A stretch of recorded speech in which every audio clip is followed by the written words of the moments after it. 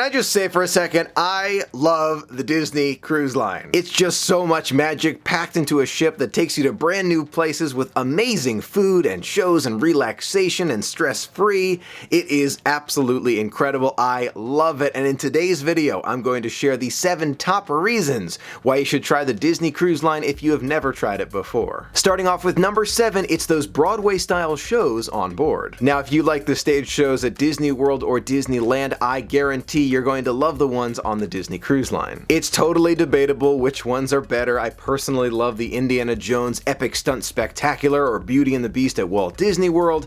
However, when I saw Beauty and the Beast on board or Frozen on board, I gotta tell you, those are amazing shows on the Disney Cruise Line. Number 6, the opportunity to see and experience new places. Now, you know me, I'm all about Disney, and even when I'm at a foreign port, sometimes I'll actually stay on board just to experience more of the magic with very low crowds. It's extra magical, but if you love experiencing new countries, new cultures, different areas, I can't think of a better way to get there than on the Disney Cruise Line. Number 5, planning in advance of your Disney cruise is super easy. When my family and I were just about ready to go on our first ever Disney cruise, we were a little bit concerned at the lack of planning that we had to do in advance. It wasn't that we didn't want to plan, not at all. We were actually digging around for similar itineraries that we could model and learn to shape our day in a certain way, but that's not what the cruise is all about. My family and I quickly learned that planning for a Disney cruise is totally different than planning for a Disney park. Unlike Walt Disney World, you don't have to worry about fast passes and dining reservations and the crowds to get to a bus and a monorail and go through security.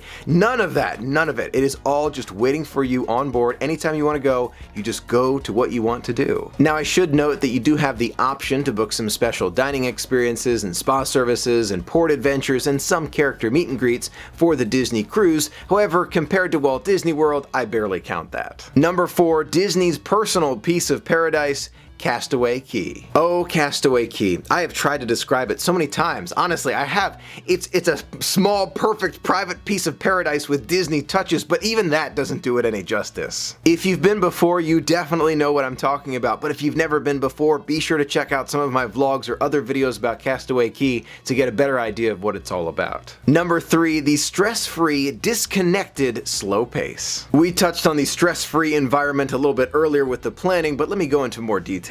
Let's say I'm on board a magical Disney cruise. I wake up with the sunrise, head to the top deck, greet the sun, head to cabanas for breakfast, and then spend time on the top deck just relaxing in those lounger chairs. Then my phone vibrates, but don't worry, it's not a call from my boss or a work email, nothing of the sort. You're disconnected from the internet completely. Your relaxation, stress-free on a Disney cruise.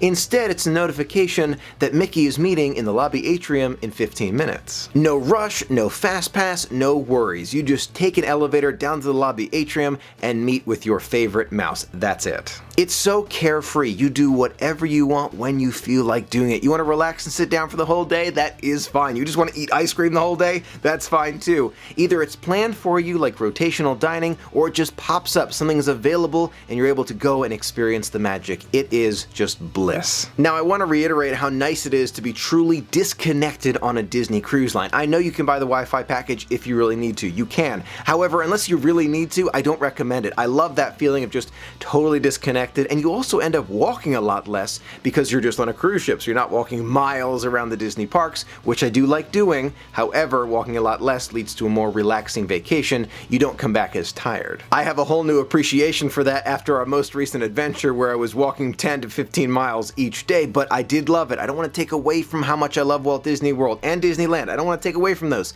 at all. However, there's something special about the Disney cruise that I love a lot. Next up on our list, the absolutely incredible food. There is some amazing food at Walt Disney World at all sorts of restaurants all around the parks and in the resorts, but on the Disney Cruise Line, it's just something else. It's like you take the very best Disney food you can imagine and you combine it into 3 different restaurants around the Disney cruise ship that are themed like none other you have seen before. The theming is amazing and some of the best service you have ever experienced. And keep in mind, I am making this video before I have ever been to a signature service dining location on a Disney cruise ship like Palo or Remy. I've never been, so I'm considering just the 3 rotational service dining locations. They're that good. How they could get even better with the signature service, that's beyond me. I'm gonna have to find out one day. And the number 1 reason why I recommend you give Disney Cruise Line a try it's all inclusive. I can't tell you how much I appreciate that factor. There are some in our Disney family who have told me that when they get to Walt Disney World, they really have to budget a certain way to make room for the food and the different tickets that they're going to need and the water park and all of that. They need to budget in a certain way.